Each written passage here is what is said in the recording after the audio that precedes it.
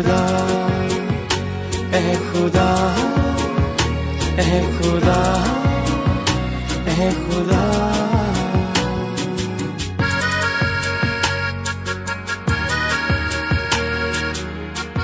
خدا کی تلاش. آج ہمیں اپنے ارد گرد کوئی نہ کوئی ایسا شخص ضرور ملے گا جو خدا کے وجود سے انکاری ہے، یعنی ملحد ہے. ان کی ملحدانہ سوچ کے پیچھے کیا محرکات ہیں ہم نہیں جانتے، مگر ہم اتنا جانتے ہیں کہ شاید خدائے واحد کے بارے میں ان کا علم ناقص و کمزور ہے، جس کی وجہ سے وہ خدا کے وجود ہی سے انکاری ہوگے.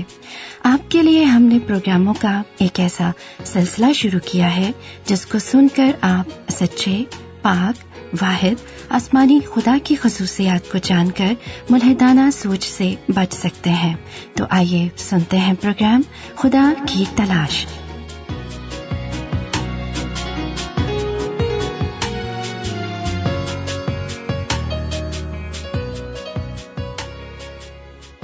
آپ نے اکثر یہ کہتے سنا ہوگا کہ میرا تو کوئی مددگار نہیں، میں بالکل بے یار و مددگار ہوں، یا آپ مددگار نہیں، فرشتہ بن کر میری زندگی میں آئے ہیں. ہمیں زندگی کے کسی نہ کسی حصے میں ایک مددگار کی ضرورت ہوتی ہے جو ہماری مدد اور رہنمائی کر سکے. دنیا میں ایسے لوگوں کی کمی نہیں جو مشکل میں وقتی طور پر مددگار بن جاتے ہیں اور بعد میں کہیں گم ہو جاتے ہیں. لیکن کیا کوئی ایسا مددگار بھی ہے جو مشکل کی ہر گھڑی میں ہمارے ساتھ کھڑا ہو اور جب اسے پکاریں تو ہم سے بیزار نہ ہو بلکہ ہمیشہ مدد کے لیے تیار رہے؟ ہاں، ہم خدا کو مددگار مانتے ہیں، مگر یہ بھی حقیقت ہے کہ اس پر یقین و بھروسہ اور ایمان و اعتقاد بالکل نہیں رکھتے کہ مشکل کی گھڑی میں وہ ہمیں بے یار و مددگار کبھی نہیں چھوڑے گا بلکہ ہمیشہ ساتھ کھڑا رہے گا اور ہماری جان کو سنبھالے گا. پاک الہامی کلام میں لکھا ہے، دیکھو خدا میرا مددگار ہے، خداوند میری جان کو سنبھالنے والوں میں ہے. بائبل مقدس میں ایک اور مقام پر قلم بند ہے، خداوند میرا مددگار ہے، میں خوف نہ کروں گا، انسان میرا کیا کرے گا. خدا کے زندہ الہامی کلام میں داؤد نبی اپنے مددگار کو یوں پکارتا ہے، اے خداوند میرے خدا میری مدد کر، اپنی شفقت کے مطابق مجھے بچا لے. آئیے بائبل مقدس میں دیکھتے ہیں کہ مددگار خدا زندہ الہامی کلام میں وفادار بندوں کی کس طرح سے مدد کرتا ہے. کیونکہ اس نے مجھ سے دل لگایا ہے، اس لیے میں اسے چھڑاؤں گا، میں اسے سرفراز کروں گا، کیونکہ اس نے میرا نام پہچانا ہے. وہ مجھے پکارے گا اور میں اسے جواب دوں گا، میں مصیبت میں اس کے ساتھ رہوں گا، میں اسے چھڑاؤں گا اور عزت بخشوں گا. ذرا غور فرمائیے کہ کیا کوئی ایسا مددگار ہوگا جو مصیبت کی گھڑی میں آپ کی پکار پر آپ کے ساتھ کھڑا ہو اور آپ کو مصیبت سے چھڑا کر عزت اور سرفرازی بخشے. مگر شاید کوئی کہے کہ ہم تو رات دن اٹھتے بیٹھتے مددگار کو پکارتے رہتے ہیں، لیکن مددگار نہ سنتا ہے اور نہ مدد کو آتا ہے. تو جناب دیکھنا یہ ہے کہ کہیں آپ کسی غلط مددگار کو تو نہیں پکار رہے. ظاہر ہے کہ اگر آپ کسی ایسے مددگار سے مدد مانگیں گے جو خود مصیبت میں پھنسا ہوا ہے، یا جو نہ سن سکتا ہے اور نہ دیکھ سکتا ہے، یا جس کی اپنی ہڈیاں قبر میں گل سڑ گئی ہیں، تو وہ خاک آپ کی مدد کرے گا. یہ ہماری بدبختی ہے کہ ہم زندگی کی بھیک مردوں سے مانگتے ہیں. ایک مردہ اور ایک بت میں کیا فرق ہے؟ دونوں نہ تو سن سکتے ہیں اور نہ دیکھ سکتے ہیں، نہ کسی کی مدد کے بغیر اپنی جگہ سے ہل سکتے ہیں. تو کیا وہ آپ کے مددگار ہو سکتے ہیں؟ آئیے دیکھتے ہیں کہ بائبل مقدس میں خداوند خدا اس بارے میں کیا حکم دیتا ہے. تم بتوں کی طرف رجوع نہ ہونا اور نہ اپنے لیے ڈھالے ہوئے دیوتا بنانا، میں خداوند تمہارا خدا ہوں. پاک الہامی کلام میں ایک اور مقام پر یوں خبردار کیا گیا ہے، قوموں کے بت چاندی اور سونا ہے، یعنی آدمی کی دستکاری. ان کے منہ ہیں پر وہ بولتے نہیں، آنکھیں ہیں پر وہ دیکھتے نہیں، ان کے کان ہیں پر وہ سنتے نہیں، اور ان کے منہ میں سانس نہیں. ان کے بنانے والے انہی کی مانند ہو جائیں گے، بلکہ وہ سب جو ان پر بھروسہ رکھتے ہیں. اور اگر اب بھی آپ نے زندہ خدا کی اس وارننگ کو درگزر کر کے کسی اور معبود کو مددگار مان کر سجدہ کیا تو خداوند خدا کا یہ حکم کبھی نہ بھولیے، بلکہ دل کی تختیوں پر لکھ لیجئے۔ میرے حضور، تو غیر معبودوں کو نہ ماننا، تو اپنے لیے کوئی تراشی ہوئی مورت نہ بنانا، نہ کسی چیز کی صورت بنانا جو اوپر آسمان میں یا نیچے زمین پر یا زمین کے نیچے پانی میں ہے، تو ان کے آگے سجدہ نہ کرنا اور نہ ان کی عبادت کرنا، کیونکہ میں خداوند تیرا خدا غیور خدا ہوں، اور جو مجھ سے عداوت رکھتے ہیں ان کی اولاد کو تیسری اور چوتھی پشت تک باپ دادا کی بدکاری کی سزا دیتا ہوں، اور ہزاروں پر جو مجھ سے محبت رکھتے اور میرے حکموں کو مانتے ہیں رحم کرتا ہوں۔ اس کا مطلب یہ ہوا کہ اگر آپ چاہتے ہیں کہ خدا ہمارا مددگار بن کر رحم کرے تو پہلے ہمیں اس کے حکموں کو ماننا اور اس کے الہی منصوبے کے مطابق اس کی مکمل تابعداری کرنا ہے۔ پھر جب ہم مصیبت کی گھڑی میں اسے پکاریں گے تو وہ ہمیں جواب دے گا۔ تو مت ڈر، کیونکہ میں تیرے ساتھ ہوں، ہراساں نہ ہو، کیونکہ میں تیرا خدا ہوں، میں تجھے زور بخشوں گا، میں یقیناً تیری مدد کروں گا، اور میں اپنی صداقت کے داہنے ہاتھ سے تجھے سنبھالوں گا۔ خدا چاہتا ہے کہ ہم ہاتھ سے بنی ہوئی قبروں اور ہاتھ سے بنے ہوئے بتوں کے سامنے جھکنے اور مدد مانگنے سے پہلے سوچیں کہ کہیں ہم شرک کر کے اس کے حکموں کی نافرمانی تو نہیں کر رہے۔ کیا کل کائنات کا خالق و مالک ہماری اس مکروہ گھنونی حرکت سے خوش ہوگا؟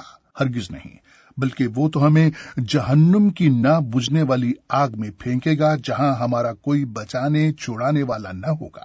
لہذا زندہ خدا پر دل و جان سے بھروسہ اور توکل کریں اور فکر مند نہ ہوں، بلکہ پورے ایمان سے اپنے آسمانی مددگار کو پکاریں، کیونکہ خداوند تیرا محافظ ہے، خداوند تیرے داہنے ہاتھ پر تیرا سائبان ہے، نہ آفتاب دن کو تجھے ضرر پہنچائے گا، نہ مہتاب رات کو۔ خداوند ہر بلا سے تجھے محفوظ رکھے گا، وہ تیری جان کو محفوظ رکھے گا۔ خداوند تیری آمد و رفت میں اب سے ہمیشہ تک تیری حفاظت کرے گا۔ مگر اس سے پہلے کہ آپ خدا کو مدد کے لیے پکاریں، ذرا اپنے اندر جھانک لیجئے کہ ہمارے گناہوں اور نافرمانیوں کے سبب سے کہیں وہ ہم سے ناراض تو نہیں۔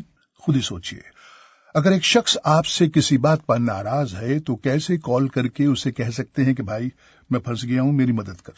ظاہر ہے یا تو وہ فون بند کر دے گا یا آپ سے کہے گا کہ پہلے اپنے کیے کی معافی مانگ۔ اسی طرح ہم خدا کو پکارنے کی ہمت کہاں سے لائیں، کیونکہ ہم نے گناہ کر کر اسے ناراض کر دیا ہے۔ لیکن محبت کرنے والا مددگار خدا جانتا ہے کہ ہم اس سے اپنے گناہوں کے سبب سے دور ہو چکے ہیں اور مدد مانگنے کے قابل نہیں رہے جب تک اپنے گناہوں سے توبہ اور معافی پا کر اس کے ساتھ صلح نہ کر لیں۔ ظاہر ہے ہم گناہ اور ناپاکی کی حالت میں پاک و مقدس خدا کے پاس آ ہی نہیں سکتے۔ ایک طرف اس کا رحم اور دوسری طرف اس کا عدل ہے، لہٰذا اس نے ایک درمیانی راستہ نکالا اور اپنے بیٹے مسیح یسوع میں مددگار بن کر خود دنیا میں آیا تاکہ اس پر ایمان لانے سے ہم اپنے گناہوں سے نجات پائیں اور اس کے خاندان میں شامل ہو جائیں، اور جب مصیبت و آزمائش کی گھڑی میں مسیح کا نام لے کر اسے پکاریں تو وہ ہمیں اپنے خاندان کا فرد سمجھ کر جواب دے۔ اس لیے مسیح یسوع نے اپنے شاگردوں کو کہا، تم نے مجھے نہیں چنا بلکہ میں نے تمہیں چن لیا اور تم کو مقرر کیا کہ جا کر پھل لاؤ اور تمہارا پھل قائم رہے، تاکہ میرے نام سے جو کچھ باپ یعنی خدا سے مانگو وہ تم کو دے۔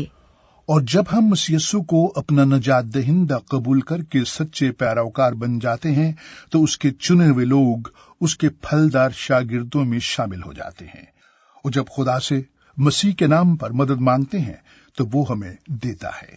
کیا آپ نے کوئی ایسا مددگار دیکھا ہے جو اپنی ساری شان و شوکت اور جاہ و جلال چھوڑ کر آپ کی مدد کے لیے بھاگا آئے؟ کیا آپ نے کوئی ایسا مددگار دیکھا ہے جو آپ کی حالت پر رحم کھا کر اپنے بدن پر کوڑے کھائے اور ذلت و رسوا ہو کر آپ کی خاطر دنیا کے سامنے ایک تماشا بن جائے؟ کیا آپ نے کوئی ایسا مددگار دیکھا ہے جو خود تو بے گناہ اور پاک ہو مگر آپ کے گناہوں، قصوروں اور خطاؤں کے بدلے صلیب پر قربان ہو جائے؟ کیا آپ نے کوئی ایسا مددگار دیکھا ہے جو آپ کو گناہ کی ہلاکت سے نکال کر ہمیشہ کی زندگی میں لے آئے؟ آئیے دیکھیے کہ خدا نے ایسا کیوں کیا۔ کیونکہ خدا نے دنیا سے ایسی محبت رکھی کہ اس نے اپنا اکلوتا بیٹا بخش دیا تاکہ جو کوئی اس پر ایمان لائے ہلاک نہ ہو بلکہ ہمیشہ کی زندگی پائے۔ اور خدا کا عظیم بندہ پطرس رسول اس کی یوں گواہی دیتا ہے، وہ آپ ہمارے گناہوں کو اپنے بدن پر لیے ہوئے صلیب پر چڑھ گیا تاکہ ہم گناہوں کے اعتبار سے مر کر راست بازی کے اعتبار سے جئیں، اور اسی کے مار کھانے سے تم نے شفا پائی۔ اب آئیے سنیے سچے اور حقیقی مددگار مسیح یسوع کا مدد مانگنے والوں سے کیا ہوا عظیم وعدہ۔ میں اس لیے آیا کہ وہ زندگی پائیں اور کثرت سے پائیں۔ اسی لیے خدا کا پیارا خادم پولس رسول خدا کے الہام سے مامور ہو کر مدد پانے والوں کو دعوے سے بلاتا ہے، پس آؤ ہم فضل کے تخت کے پاس دلیری سے چلیں تاکہ ہم پر رحم ہو اور وہ فضل حاصل کریں جو ضرورت کے وقت ہماری مدد کرے۔ خدا اپنے بیٹے مسیح یسوع میں ہو کر خود ہماری مدد کو آیا اور ہمارے درمیان رہا، اور جب زمین سے آسمان پر جانے لگا تو تب بھی ہمیں اکیلا نہیں چھوڑا بلکہ دوسرا مددگار یعنی روح القدس دے گیا جو ہماری ہر دکھ، تکلیف اور آزمائش میں ابد تک ہماری مدد اور رہنمائی کرتا اور ہمارے ساتھ رہتا ہے۔ مسیح یسوع نے فرمایا، اور میں باپ یعنی خدا سے درخواست کروں گا تو وہ تمہیں دوسرا مددگار بخشے گا کہ ابد تک تمہارے ساتھ رہے، یعنی سچائی کا روح، جسے دنیا حاصل نہیں کر سکتی کیونکہ نہ اسے دیکھتی اور نہ جانتی ہے۔ تم اسے جانتے ہو کیونکہ وہ تمہارے ساتھ رہتا ہے اور تمہارے اندر ہوگا۔ اس کا مطلب یہ ہوا کہ آسمانی مددگار یعنی پاک روح کی مدد حاصل کرنے کے لیے پہلے اسے جاننے کی ضرورت ہے، ورنہ وہ ہمارے اندر کبھی سکونت نہیں کر سکتا۔ کیا اب بھی آپ بے جان بتوں کو ہی مدد کے لیے پکارتے رہیں گے یا ازلی و ابدی زندہ خدا کو پکاریں گے جو آپ کا حقیقی اور سچا مددگار بن کر ہمیشہ آپ کے اندر رہے گا تاکہ ہمارے ساتھ ساتھ ہمارے سب رشتوں کا بھی پاسبان ہو، کیونکہ خدا رشتوں کا پاسبان ہے۔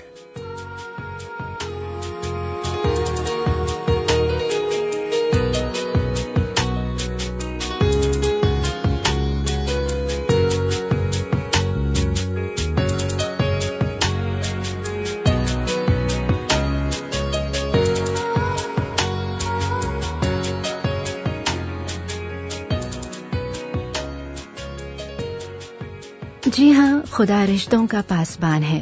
شاید آپ کو خدا کی یہ خصوصیت کچھ عجیب سی معلوم ہو، مگر جب آپ اگلا پروگرام سنیں گے تو کہیں گے کہ یہ تو واقعی خدا کی ایک اور اعلیٰ خوبی ہے۔ ضرور سنیے گا۔